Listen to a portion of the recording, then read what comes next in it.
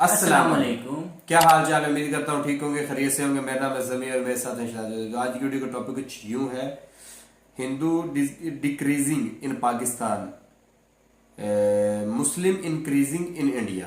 तो जी अलॉग सर के चैनल से वीडियो है, वीडियो देखते हैं, एंड में देंगे अपना रिएक्शन। अगर आप हमारे चैनल पर नए हैं तो चैनल को लाइक करें, शेयर करें, सब्सक्राइब करें और बेल का आइकन दबाना मत भूलिए। और मजा आने वाला है, आज रिएक्शन का भी हो रहा है रिएक्शन। बिल्कुल, तो शुरू करते हैं। Let's start.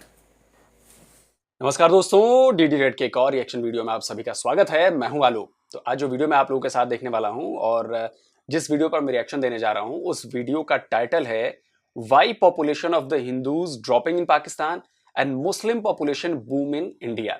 तो हिंदी में कहें तो पाकिस्तान में जो अल्पसंख्यक समुदाय यानी कि हिंदुओं का जो समुदाय है, वो क्यों उनकी पॉपुलेशन लगातार कम होती जा रही है, और भारत में जो अल्पसंख्यक है वो मुस्लिम है, मतलब दूसरी सबसे बड़ी जनसंख्या है उनकी, वो उनकी जनसंख्या क्यों बूम होती जा रही है।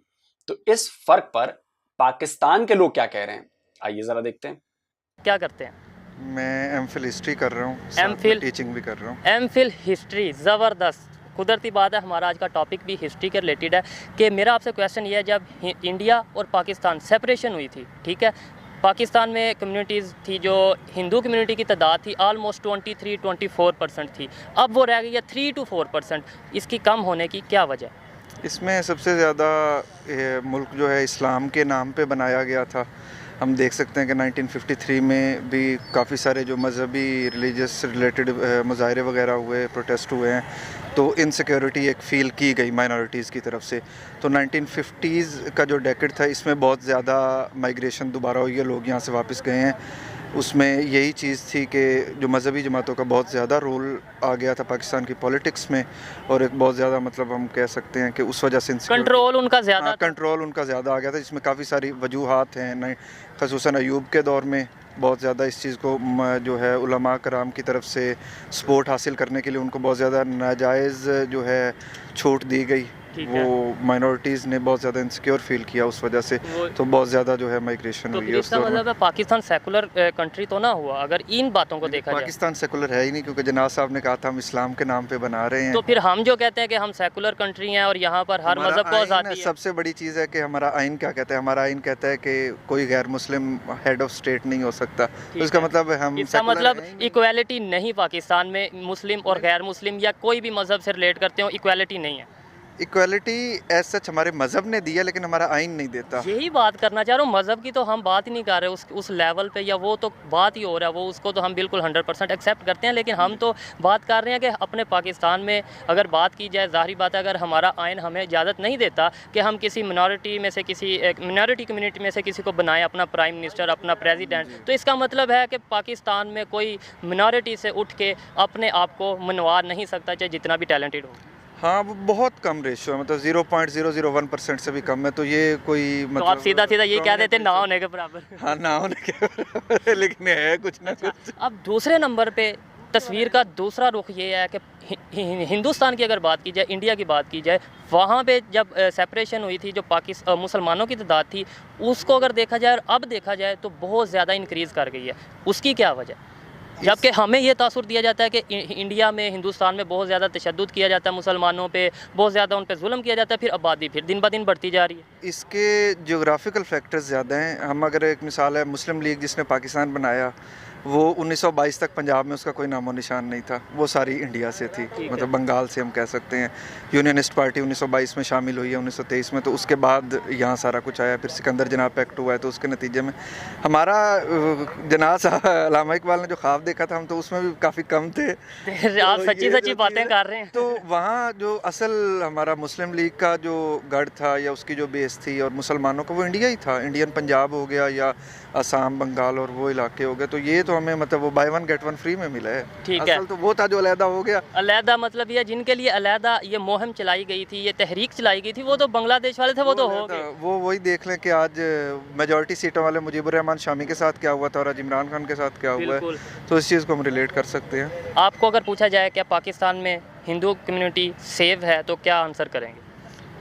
तमाम लिहाज से, सिर्फ सेफ्टी ये मतलब नहीं है वो रह सेफ सकते हैं या खा से अपना महफूज तरीके से रह सकते हैं, हर लिहाज से, राइट्स के लिहाज से। पहले मैं आपको एक मिसाल दे दूं कि इंडिया में मस्जिदें बनती हैं, ठीक है, यहाँ मंदिर नहीं बन सकते, तो वो थोड़ा इनसिक्योर फील करते हैं। लेकिन उसके बावजूद आइन में है कि आप वो थोड़ी डीप हो जाती है बात, लोग क्योंकि फिर एक रुख लेते हैं अगर हम बात फिर लोग देखिए, बहुत दिनों बाद एक समझदार आदमी का इंटरव्यू, मुझे लग रहा है कि शायद मुझे पता नहीं ऐसा क्यों फील हो रहा है कि इन्होंने, जो मैं लगातार ये बात अपने वीडियोस में कहता रहा हूं कि भाई आप समझें कि वहां पे पीड़ा क्या है अल्पसंख्यकों की, और आप लोग जो आरोप लगाते हो भारत के ऊपर कि भारत में ये जुल्म वो जुल्म, तो आप इसका फर्क देखो। अगर जुल्म होता तो भारत में मुसलमान या दूसरी कोई भी माइनॉरिटी कम्युनिटी इतना ग्रो नहीं कर रही होती, वो चाहे सोशली हो, वो चाहे इकोनॉमिकली हो। आप इस बात को समझिए, क्योंकि उनका एक्टिव योगदान है हमारे देश में, हमारे देश के डेवलपमेंट में वो सीधे जुड़े हुए हैं। वो चाहे हिंदू हो, चाहे मुसलमान हो, चाहे सिख हो, चाहे जैन हो, चाहे कोई भी हो, किसी जाति धर्म मजहब का हो, वो सब जुड़े हुए हैं। और इसी का नतीजा है कि हमारा देश डेवलप कर रहा है।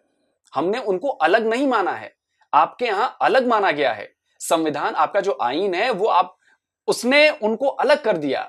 जो भी हिंदू है, क्रिश्चियन है, जो भी है, उनको अलग कर दिया कि तुम ये चीज बन ही नहीं सकते। तो उनके जहन में ये बात बैठ गई है कि बॉस, हम तो कुछ भी कर ले, हम जान दे दें इस कंट्री के लिए, लेकिन हम इसके वजीर आजम नहीं बन सकते। हम इस देश में बड़े सा बड़ा उद्योगपति बन जाएं, रोजगार दे दें, इन्वेस्टमेंट्स लेकर आ जाएं, लेकिन हम यहां के सदर नहीं बन सकते, प्रेसिडेंट नहीं बन सकते। आप सोचिए कितनी बड़ी मतलब कमजोरी वाली भावना है कि आप बराबर नहीं समझ सकते आप उस देश के जो बहुसंख्यक हैं उनके बराबर। हमारे यहां ऐसी दिक्कत नहीं है, हमारे यहां हर कोई बहुसंख्यक हो, अल्पसंख्यक हो, वो सब बराबर हैं। आप इस बात को समझिए। ये बात बहुत अच्छी की भाई साहब ने। लोग सीधा सीधा ये कह देते हैं, मैं खुल के बोल देता हूँ कि लोग सीधा सीधा कह देते हैं देखो ये हिंदुओं की फेवर कर रहा है, ये इंडिया की फेवर कर रहा है। मैं समझ सकता हूँ आपकी बात, लेकिन हमारा मजहब आज़ादी सबको देता है, ज़बरदस्ती कोई नहीं करता, तो हमारे मौलवी हज़रात ज़रा कर जाते हैं। यानी कि हमारा मज़हब में कोई, किसी भी मज़हब में कोई भी खामी नहीं है, लेकिन जो हम मज़हब के ठेकेदार बनते हैं उनमें खामी है। हाँ, उसकी भी फिर बहुत सी वजूहत है जिस पे हम मजीद बात नहीं कर सकते। ठीक है, मैं समझ सकता हूँ कि आप क्यों नहीं बात कर सकते। बहुत शुक्रिया और बहुत अच्छा लगा आपसे बात करके। शुक्रिया सर, जज़ाकल्लाह। अस्सलाम वालेकुम। वालेकुम सलाम। आपका नाम? अली अब्बास। अली अब्बास, क्या करते हैं? मैं एमबीए कर रहा हूँ IBA से, IBA पंजाब यूनिवर्सिटी से। IBA पंजाब यूनिवर्सिटी से आप MBA कर रहे हैं। तो मैं आज बात कर रहा हूँ मिनॉरिटीज़ के हवाले से, जो इंडिया में है ये और पाकिस्तान में है। पाकिस्तान में हिंदू मिनॉरिटी, उसकी बात कर रहा हूँ, और इंडिया में जो मुसलमान हैं उनकी बात कर रहा हूँ कि कितनी आबादी, कितने परसेंट उधर मौजूद है। अगर बात की जाए 1947 की, तो 1947 में जब पार्टीशन हुई थी इंडिया और पाकिस्तान की, तब पाकिस्तान में ऑलमोस्ट 23% हिंदू कम्युनिटी मौजूद थी। आज सिर्फ़ और सिर्फ मौजूद है कम्युनिटी 3% to 4%। क्या वजह इसकी? इसकी देखें मेजर वजह तो यही है, एक तो जब हमारी हुई बांग्लादेश से पार्टीशन, तो बहुत सारी जो हिंदू कम्युनिटी है वो वहाँ मूव कर गई। उसके अलावा जो देखो यार, जैसे हम एज अ मुस्लिम कम्युनिटी के साथ सेफ फील करते हैं, जैसे हम यहाँ पे मुस्लिम कम्युनिटी के साथ अपने जो रिचुअल्स वगैरह या अपने रिलीजियस प्रैक्टिसेस परफॉर्म कर सकते हैं, वो हम इंडिया में रह के या क्रिश्चियंस के साथ तो नहीं कर सकते। इसीलिए क्यों इंडिया के मुसलमान क्या अपने मजहब की प्रैक्टिस नहीं करते? अगर प्रैक्टिस नहीं करते तो भाई यहाँ पे तो अब तक तो बवाल हो गया होता। प्रैक्टिस करते हैं ना, तभी तो ग्रो किया है। मस्जिदें, मुझे लग रहा है कि इंडिया पाकिस्तान से ज्यादा मस्जिदें तो यहाँ पे हैं, और रोज सैकड़ों मस्जिदें बनती हैं यहाँ पे। एक भाई साहब ने बात की, बताइए आपके यहाँ कितने मंदिर बनते हैं? एक मंदिर जो था वो मंदिर तो तोड़ दिए जाते हैं आपके यहाँ। लगातार ऐसी खबरें हैं जो मंदिर तोड़े गए हैं, आप बता दीजिए। हिंदू जो हैं वो भी ये चीज़ सोचते हुए कि भाई हमें यहाँ मजहबी आज़ादी में भी, वैसे उन्हें इतना कोई मसला नहीं है यहाँ पे, लेकिन उनको ये लगा कि भाई हमें मजहबी आज़ादी यहाँ पे नहीं होगी, तो वो माइग्रेट करते गए। तो एक ये मेजर रीज़न भी है इस चीज़ की। और इसके अलावा ये भी हो सकता है कि उन्हें सियासत में, उन्हें हुक्मरानी में ये एक बहुत बड़ा रीज़न है कि भाई उनको माइनॉरिटीज़ को ना खुद को आके पार्लियामेंट में या गवर्नमेंट सतह पे अपर लेवल पे वो खुद को सही तरह रिप्रेजेंट नहीं कर सकते। ये मैं एक दफ़ा गया था गुरुद्वारा ननकाना साहब, तो उधर अब वो बंदा क्लेम कर रहा था कि भाई जितनी हमें यहाँ पे डोनेशन आती है ना, अगर उसका ये 10% भी लगाएं ना इस पे, तो ये आज यहाँ पे लंदन बना हो। ठीक है, वो कहते हैं कि महकमा औकाफ जो है, अब उनके भी तहफ़्फ़ुज़ात हैं, ज़ाहिर बात है वो सिख हैं, वो कहते हैं महकमा औकाफ जो है, अब ये सारी जो गुरुद्वारा के इर्द गिर्द जो ननकाना साहब की सारी ज़मीन है ना, वो सारी सिखों ने ख़रीद के जो यहाँ से माइग्रेट कर गए हैं, वो भी गुरुद्वारा के नाम कर गए हैं। उनका बहुत लगाव है उसके साथ, तो वो बाहर के मुल्क, वो उनके लिए जैसे हमारे लिए कब है, उनके लिए इसी तरह वो चीज़ है। तो वो अब वो जो सारी इर्द गिर्द की ज़मीन है वो सारी वो गुरुद्वारा के नाम कर गए हैं। अब उसका सारा जो वो ज़मीन अब लीज़ पे है, वो भी अगर उस पर लगे तो आज वो ननकाना साहब क्या हो। बिल्कुल बहुत लॉजिकल बात की आपने कि बहुत फंड आता है मिनॉरिटीज़ को, उनकी ही कम्युनिटी के लोग उन्हें बेचते हैं, लेकिन हमारे इधर लगाया नहीं जाता। जो हमारे ऊपर सत्ता पे लोग बैठे हुए हैं, अब अल्लाह उनको भी हिदायत दे, अगर वो इंसाफ करें, कम से कम उनका तो फंड उन पे लगना चाहिए। दूसरा आप नहीं लगाते, कम से कम जो उनकी कम्युनिटी से इकट्ठा होता है वो तो उन पे लगाना है। जो उनकी चीज़ है वो तो उन्हें दे, वो उनको देनी चाहिए। ठीक है। अच्छा, मैं आपको बताता चलूँ कि इंडिया में जब सेपरेशन हुई थी तो इंडिया में जो पॉपुलेशन थी मुसलमानों की, वो अब इंक्रीज़ हो चुकी है। आपने बात की थी कि शायद मुसलमान जैसे हिंदू हैं या कोई दूसरी कम्युनिटी है, वो अपने मज़हब के लोगों के साथ ज़्यादा रिलैक्स फील करते हैं प्रैक्टिसेस करने में, शायद इसलिए कम हो गए, इधर से चले गए, माइग्रेट कर गए। फिर इंडिया में क्यों नहीं कम हुए? इंडिया में मुसलमानों की आबादी क्यों बढ़ गई है? इंडिया में आपको पता है कि मुसलमानों की आबादी इस टाइम शायद पाकिस्तान में मौजूद मुसलमानों की आबादी से ज़्यादा है। नहीं, ये चीज़ तो मैंने कुछ दिन पहले सर्च किया था कि इंडिया में तकरीबन 20 मिलियन मुस्लिम्स हैं, लाइक 19 मिलियन समथिंग है, और पाकिस्तान में 22 मिलियन 21 है, क्योंकि बाकी दूसरे राउंड अबाउट हैं। तो ऑलमोस्ट सेम ही है ना। ऑलमोस्ट सेम है। उसकी एक तो तादाद बढ़ने की वजह यह है कि अब यहाँ पे भी जब पार्टीशन हुई थी तो 6 करोड़ मुसलमान था पाकिस्तान में, ठीक है। वो आबादी जो ये 60-70 साल में बढ़ी, इसी तरह वहाँ पे भी ज़ाहिर बात है बढ़ी होगी। तो फिर जो पाकिस्तान में हिंदू मौजूद थे, सॉरी मैं आपकी बात कर रहा हूँ, जो पाकिस्तान में ये मिनॉरिटीज़ हिंदूज़ मौजूद थे, वो भी बढ़नी चाहिए थी ना। जब पाकिस्तान बना था तब लेट्स सपोज अगर 100 थे तो अब तो 1000 होने चाहिए थे, तो वो 100 थे, वो रह गए 10 और हमारी कम्युनिटी बढ़ गई। वो तो मैंने आपको बताया ना कि लाइक वो पहले वो बांग्लादेश की वजह से मेजर रीज़न तो वो था ना कि बहुत सारी कम्युनिटी जो है वो माइग्रेट कर गई, ठीक है। दूसरा जो उनको तहफ़्फ़ुज़ात थे, जो कि ऐसा नहीं है, ठीक है। अब लेकिन उन्हें ये लगा कि भाई इधर हमें, अब हमारे साथ भी बहुत सारे हिंदू पढ़ते हैं, हम उनके साथ, उनको क्या कहते हैं, हमारे साथ खाना खाते हैं। हमारा क्लासमेट था एक, हमारे साथ भी पढ़ते हैं, बलूचिस्तान से है वो। अब बलूचिस्तान जैसे रीजन में आप इमेजिन कर सकते हो कि उस जैसे रीजन में कोई नॉन मुस्लिम जो है वो सर्वाइव करे, तो वहाँ पे लोग उसे नहीं कुछ कहते, तो फिर बाकी पाकिस्तान में क्या।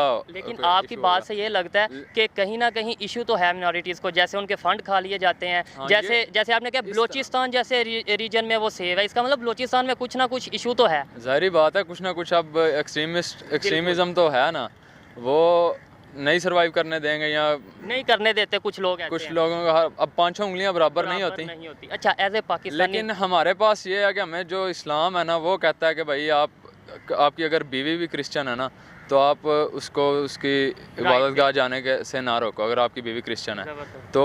हम सबसे पहली शर्त है कि आप उसको इस्लाम कबूल करवाओ। ये आप नहीं बता रहे हो, आप बता दो, एक मुझे शादी बता दो आपके यहाँ जो नॉर्मल शादी होती है किसी दूसरे गैर मजहब में, और वो बिना कन्वर्ट किए हो जाए। सिंध में नाबालिग हिंदू लड़कियों के साथ उनको पहले कन्वर्ट कराया जाता है, फिर शादी करा दी जाती है। ये किसी से छुपा नहीं है, मतलब इसकी खबरें, इसकी रिपोर्ट्स पाकिस्तान से लेकर और दुनिया भर के मीडिया ने किया हुआ है।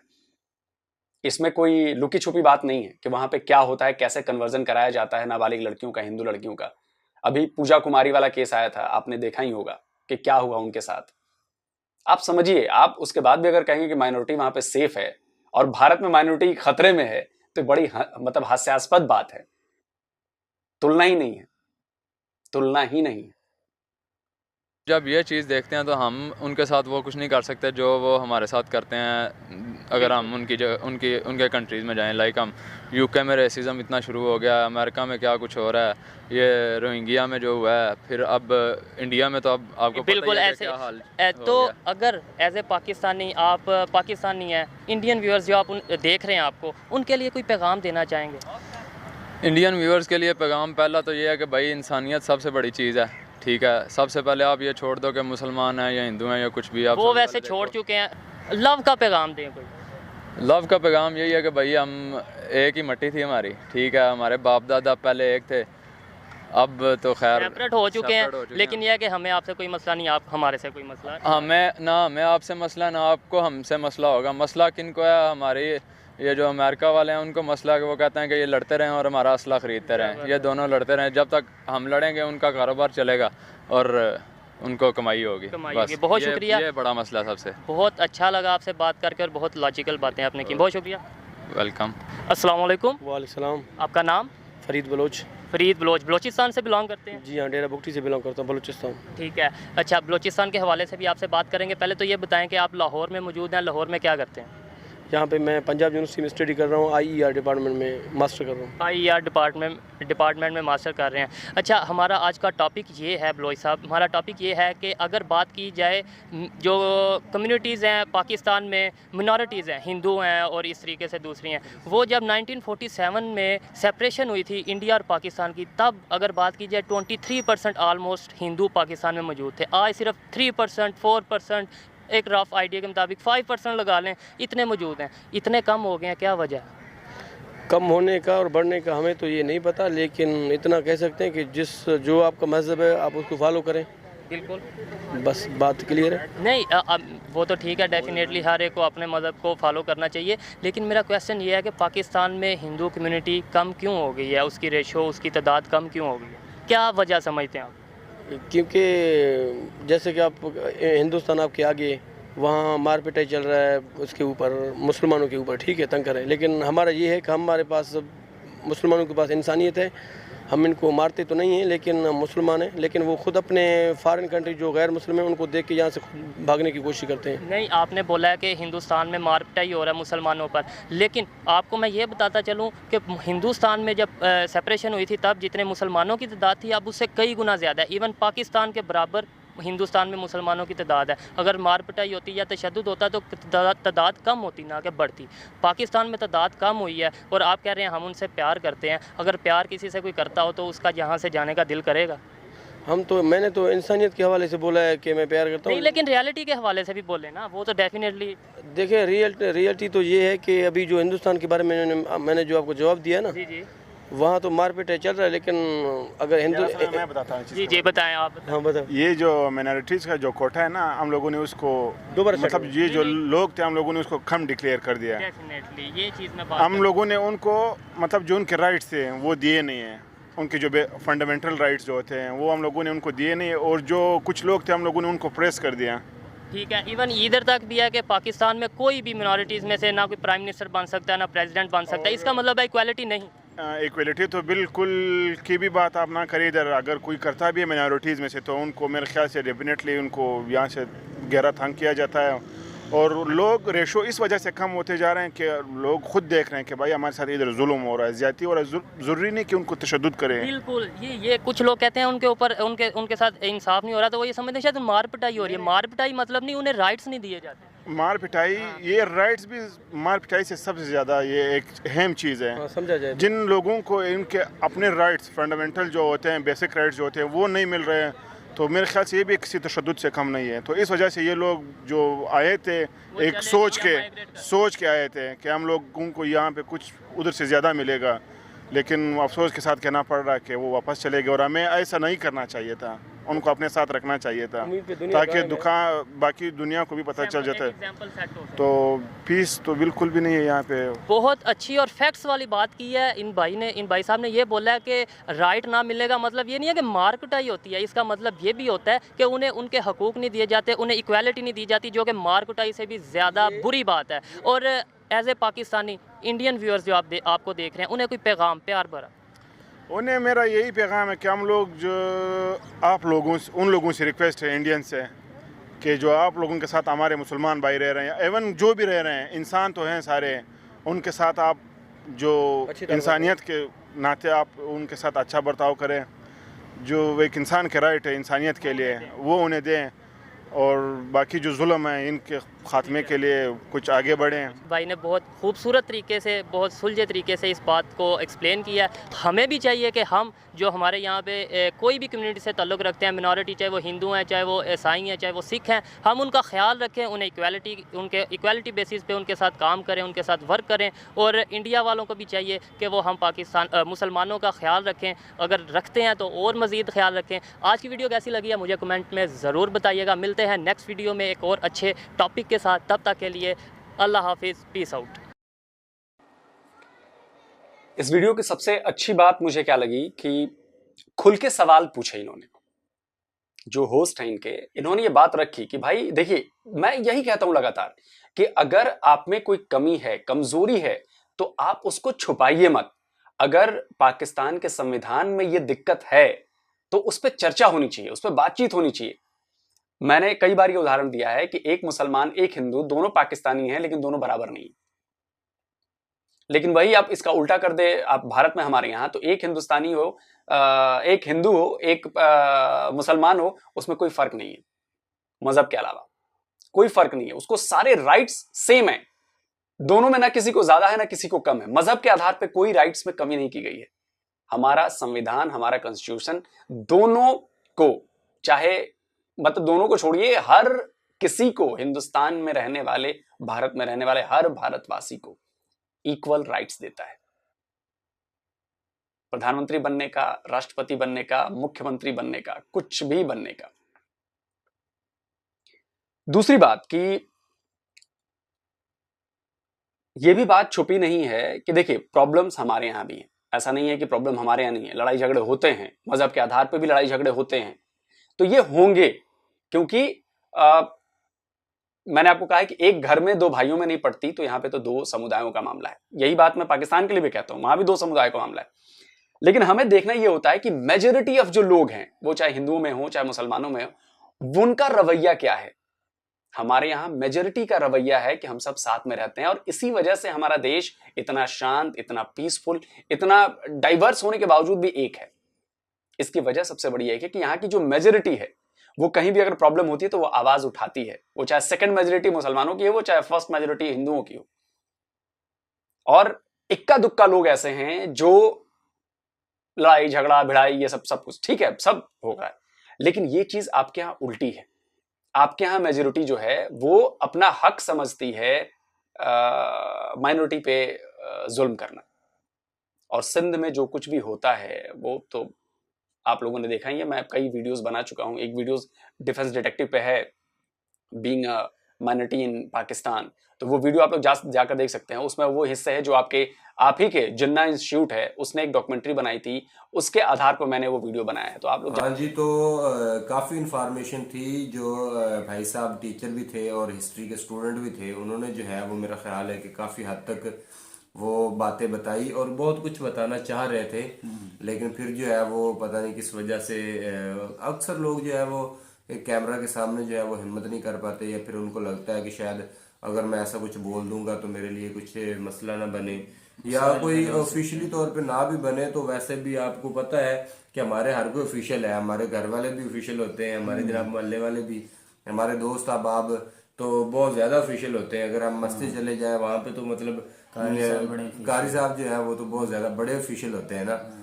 तो वो तो फतवा होता है, वो उनके पास फतवा होता है और वो फतवा जारी कर देते हैं। तो फिर पहले तो बातों में समझाते हैं ना कि यार ऐसे नहीं, ऐसे करके तुम दीन से ना फिर जाओ और ये वो बातें, क्योंकि जब कोई बंदा बातें करता है तो ये बात हो जाती है कि जनाब ये बंदा कहीं दीन से ना फिर जाए, ये अब जो है इसने ट्रैक जो है वो रॉन्ग पकड़ लिया है, और ये इस तरह की बातें जो है ना होती रहती हैं।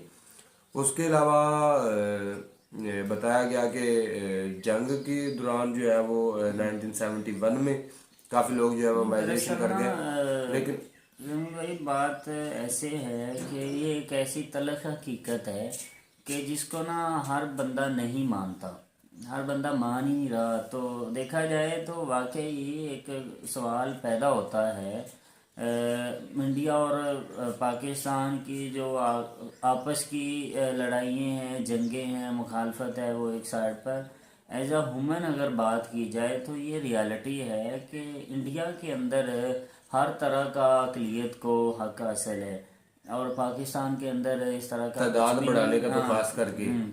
और बात देखी जाए तो चले गवर्नमेंट हुकूमत के ओहदों पर, या फिर कह सकते हैं प्राइम मिनिस्टर या प्रेसिडेंट नहीं बन सकते, लेकिन इसके साथ ना ये एक फैसिलिटी और एक आज़ादी होनी चाहिए कि वो अपनी मर्ज़ी से अपनी जगह ख़रीद कर जहाँ चाहें अपनी इबादतगाह बना सकते हैं। तो ये जब बात आती है ना तो यहाँ दिल चुप हो जाता है, ज़बानें खामोश हो जाती हैं और माइंड जो मऊफ होना शुरू हो जाता है, क्योंकि बात ही कुछ इस तरह की है कि आप किसी की इबादत गाह जो पहले बनी है उसे तो चलें जितना रखा जा रहा है महफूज वो तो रख ही रहे, लेकिन नई इबादत गाह नहीं बनाने की इजाज़त दे रहे। और इसके अलावा आप देखें कि सऊदी और दुबई वगैरह में तो वो तो लोग कह रहे हैं कि ठीक है, अगर आपको अपने खुद के पैसे लगाने हैं तो आपको जगह प्रोवाइड कर दी जाएगी, तो आप जो है वो वहाँ पे जाके अपना बना लें, अपना पैसा इन्वेस्ट करें और सारा कुछ करके जो है वो अपना हिसाब किताब लगा सकते हैं। तो हमारे यहाँ पे अगर कहीं पे इजाज़त मिल जाती है तो वही बात जो भाई ने बताई कि जो मौलाना थे जो उस दौर में 1950 की बात कर रहे हैं कि उनका काफ़ी हद तक कंट्रोल आ गया था, और उस कंट्रोल ने जो है ना, मेरा ख्याल है कि बहुत ज़्यादा काम ख़राब किए होंगे। तो ये चीज़ें हैं। अच्छा, तो ये मैंने कहा ये चीज़ें होती हैं कुछ। तो इसी तरह बाज़ बातें ऐसी होती हैं जो हमें भी कुछ न कुछ हद तक इल्म हो रहा है आहिस्ता आहिस्ता, लेकिन हम भी जो है वो क्या कहते हैं कि खामोश बने हुए हैं कि यार काफ़ी ज़्यादा तादाद में लोग जो है वो इस बारे में बात नहीं करते, जिस वजह से जो है वो हम भी सोचते हैं कि यार अगर उन्होंने बात नहीं की तो हम क्यों करें। लेकिन हम अपना मौक़िफ़ जो है हमारी नज़र में वो तो हम रखेंगे ज़रूर, क्योंकि एक और बात भी है ना सर कि हमारा जो वास्ता है अगर कभी इस कम्युनिटी से पढ़ा है तो वो सिंध में जाके पढ़ा है, इधर पंजाब वाली साइड पे। तो लास्ट टाइम हमने जो मुलाकात की थी वो एक चश्मा खरीदा था वो बच्चे से, और क्या थे उसके पास, और मेरा ख्याल है वो कुछ और भी बेच रहा था, सेल आउट कर रहा था। तो हमने कोई खाने वाली चीज़ भी ली थी, शायद आलू चने थे या कुछ इस तरह का। तो उससे बात की थी तो उसने कहा था कि जी मैं हिंदू हूँ। तो मैंने कहा भी पढ़ते क्यों नहीं है? तो आपने भी ये सवाल किया। तो वो कह रहा था कि मैं पार्ट टाइम शाम टाइम आता हूँ, आगे करता हूँ, फर्स्ट टाइम मेरा जो बाप है ना वो करता। तो उसके बाप की जगह पे जो है वो बच्चा जो है वो आ जाता ऐसे है। हैं हालात ही कुछ है। ये हिंदुओं की बात नहीं है, बहुत सारे हिंदू ऐसे हैं जो बड़े अच्छे पढ़े लिखे हैं, वेल एजुकेटेड हैं, और बहुत सारे मुस्लिम भी इधर ऐसे हैं जो सतह गुर्बत में जी रहे हैं, जिनके बड़े नहीं पढ़े लिखे थे और वो बच्चे भी ऐसे ही मेहनत मजदूरी कर रहे हैं और पढ़ नहीं रहे। तो ये कुछ ऐसी मैंने पहले बोला कि कुछ ऐसी तलख हकीकतें हैं जिनको सोच कर ना इंसान का दिल एक बार तो खून के आंसू होता है, और वो कहता है कि हम तो ज़मीन पर खुदा बने पड़े हैं, ज़मीन पर लोगों के फैसले किए जा रहे हैं। तो इन्हीं फैसलों में से एक इंसान ने ये फैसला कर रखा है कि आप किसी भी अक़लियत को उनकी इबादत गाह आज़ादी तौर पर नहीं बनाने दे रहे। और लास्ट टाइम ना एक हिंदू औरत और कुछ हिंदू लोगों के वो लोग देखे थे, उनकी कुछ बातें सुनी थी, इंटरव्यू थे उनके, तो वो बहुत सेटिस्फाई थे। वो अपने घर में उन्होंने अपना सारा वो इबादत वाला सिस्टम बनाया हुआ था, जितनी भी वो उनकी रिलीजन प्रैक्टिस थी वो सारी की सारी वो अपने घर में ही कर रहे थे, और साथ ही वो बड़े कंफर्टेबल थे और पुरसुकून, और साथ ये कह रहे थे कि अच्छा, जो मंदिर है ना सही हालत में, या जिनके एक और चीज है, जो जिन विलेज में लोग जो है वो अच्छे हैं ना, जिनमें लोगों के साथ जो है रवैया अच्छा है, या वो तल्लुकात अच्छे हैं लोगों के साथ आपस में, ये होता है ना ऐसे जगह जगह की बात होती है। और ख़ास करके जहाँ के मौलवी आप दूसरी कम्युनिटी के साथ अच्छे हैं ना, वहाँ की सारी बातें सेट है। अच्छा, वो लास्ट टाइम काली माता वाला मंदिर हम देख रहे थे, तो उस विलेज वाले वो भाई बता रहे थे कि हमारे विलेज में अगर कुछ भी मसला होता है, कोई फौतुई होती है मुसलमानों की, तो सारी हिंदू कम्युनिटी उनकी वो दुख में शरीक होती है, जो वो दिलवाते हैं, ख़त्म वगैरह होता है सारा कुछ, मैयत में जाके बैठते हैं। और इसी तरह अगर कुछ होता है हिंदुओं के घरों में तो मुसलमान।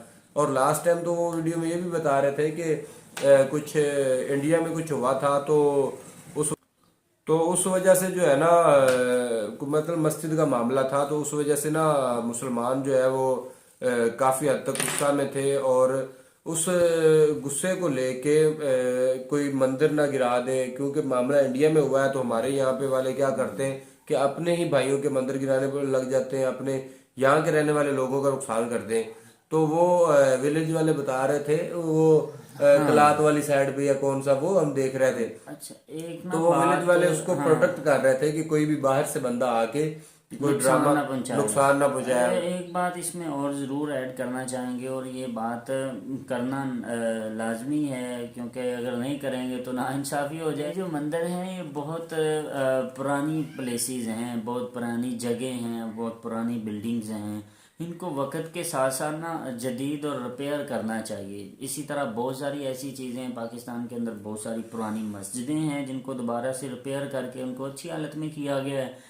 और हिंदू कम्युनिटी ना इस मामले में बहुत स्लो है, कहती है कि जो करे गवर्नमेंट ही करे। अब कटास राज वो जो है ना मंदिर, तो उनकी हालत काफ़ी बिगड़ी हुई थी, और थोड़ा बहुत जो